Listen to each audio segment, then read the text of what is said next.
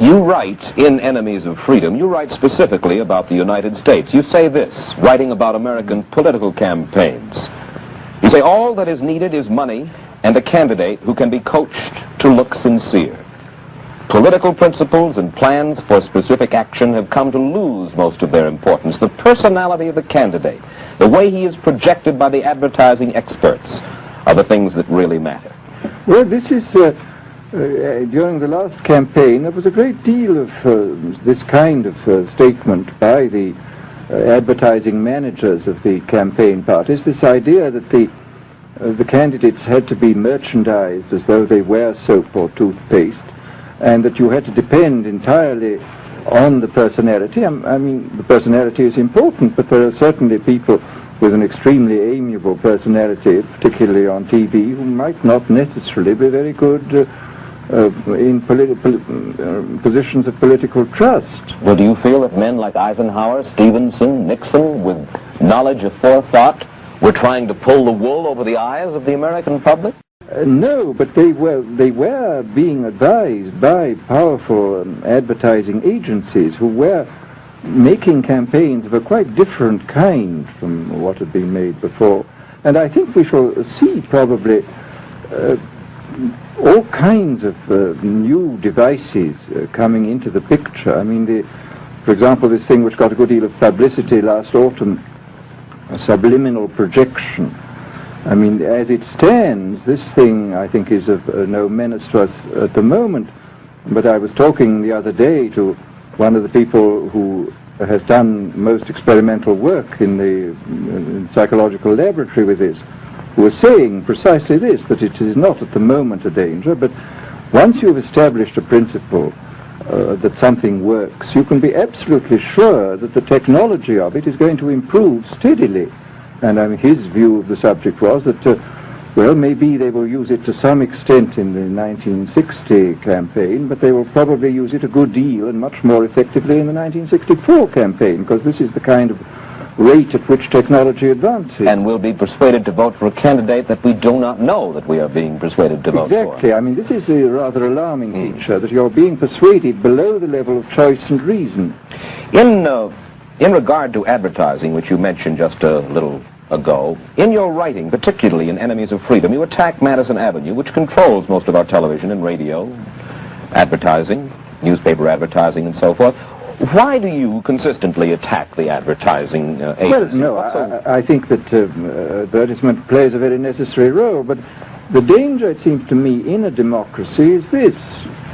I mean, what does a democracy depend on? A democracy depends on the individual voter making an intelligent and rational choice for what he regards as his enlightened self-interest in any given circumstance. But what these people are doing, I mean, what both for their particular purposes, for selling goods, and the dictatorial propagandists are doing, is to try to bypass the rational side of man and to appeal directly to these unconscious forces below the surface, so that you are, in a way, making nonsense of the whole democratic procedure, which is based on conscious choice on rational grounds. Of course, well, maybe you have just answered this next question, because in your essay you write about television commercials, not just political commercials, but television commercials as such, and how, as you put it, today's children walk around singing beer commercials and toothpaste commercials, and then you link this phenomenon in some way with the dangers of a dictatorship. Now, could you spell out the connection, or how do you feel that you have done so sufficiently? Well, I mean, here, this whole question of children, I think, is a terribly important one, because children are quite clearly much more suggestible than the average grown-up. And again, suppose that for one reason or another, all the propaganda was in the hands of one or very few agencies, you would have an extraordinarily powerful force playing on these children, who after all are going to grow up and be adults quite soon. I do think that this is not an immediate threat, but it remains a possible threat. And you said something to the effect in your essay that the children of Europe used to be called cannon fodder, and here in the United States they are television and radio fodder.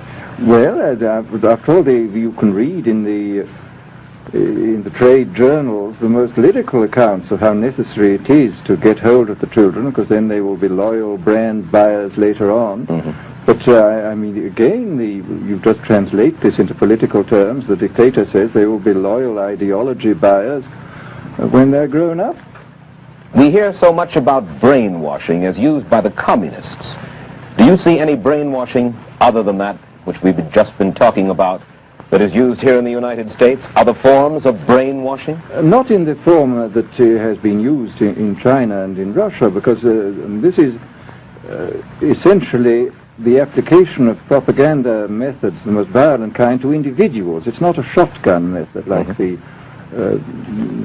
advertising method. It's a way of getting hold of the person and playing both on his physiology and his psychology till he really breaks down, and then you can implant a new idea in his head. I mean, the descriptions of the methods are really blood-curdling when you read them, and not only the methods applied to political prisoners, but the methods applied, for example, to the training of the young communist administrators and missionaries. They receive an incredibly tough kind of training, which may causes about 25% of them to break down or commit suicide, but produces 75% of completely one-pointed fanatics. The question, of course, that keeps coming back to my mind is this.